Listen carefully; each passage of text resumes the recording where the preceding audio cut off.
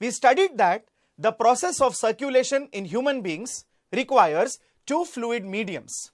One is blood and the second one is lymph. We have already studied about blood. Now let us study about lymph.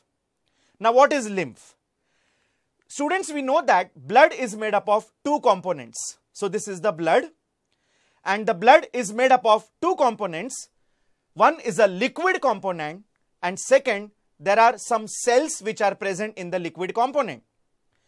Now the liquid component of the blood is called as plasma, and there are three types of cells which are scattered in the plasma, and the cells are RBC, that is red blood cells, WBC, that is white blood cells, and the platelets.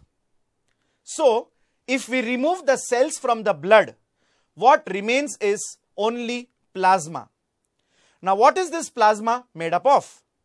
Students, plasma is made up of water.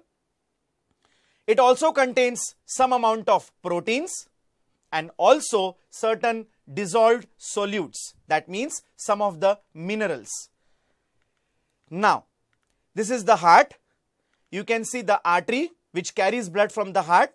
Then the arteries divide and redivide to form very tiny branches which are called as capillaries.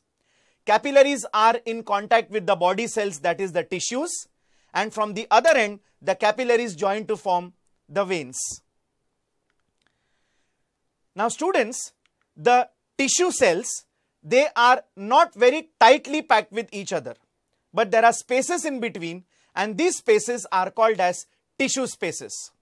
Now let us see how is lymph formed.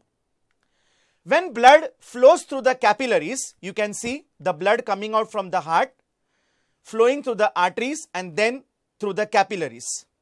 Now when blood flows through the capillaries, some amount of water, proteins and the dissolved solutes from the blood plasma, they escape out from the pores of the capillaries and get collected into the tissue spaces.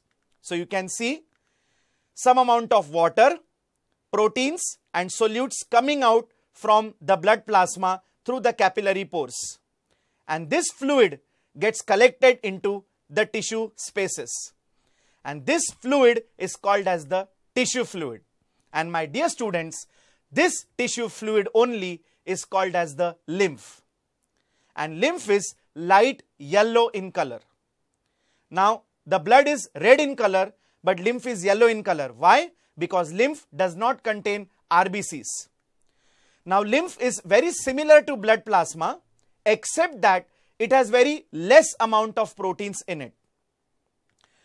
Now students, this lymph drains into special channels which are called as lymphatic capillaries from the tissue spaces, and these lymphatic capillaries finally opens into the veins. So you can see these are the lymphatic capillaries, and the lymph drains through these lymphatic capillaries which finally join the veins.